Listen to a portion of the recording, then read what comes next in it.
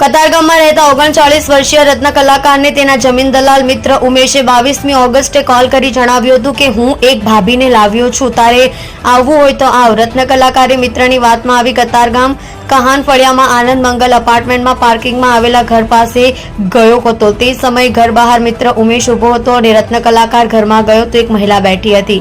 મિત્રના ઇશારાથી રત્ન કલાકાર અને મહિલા એક રૂમમાં ગયા હતા. એટલામાં 3 શખ્સોએ રૂમમાં ઘૂસી પોલીસને આઈ કાર્ડ બતાવ્યો. રત્ન કલાકાર અને મિત્ર ઉમેશને લાફા ઝીકી દીધા હતા. રત્ન કલાકારને હાથકડી પહેરાવી દીધી હતી. પોલીસ સ્ટેશન લઈ જવાની વાત કરી 3 લાખ માંગ્યા હતા. રત્ન કલાકાર સાથે રકઝક બાદ 75,000ની તૈયારી બતાવી હતી. રત્ન કલાકારે સેફ ડિપોઝિટમાં રકમ લઈ ઉમેશને આપી દીધી હતી. રત્ન કલાકારે કતારગામ પોલીસમાં ફરિયાદ આપતા પોલીસે મિત્ર ઉમેશ પટેલ, અમિત મશરૂ, અલ્પેશ પટેલ સહિતના 4 જણા સામે ગુનો નોંધ્યો છે. પોલીસે ઉમેશ અર્જણ પટેલ ઉંમર 48ની ધરપકડ કરી છે અને ટ્રીપમાં ઉમેશને 7,000ની રકમ મળી.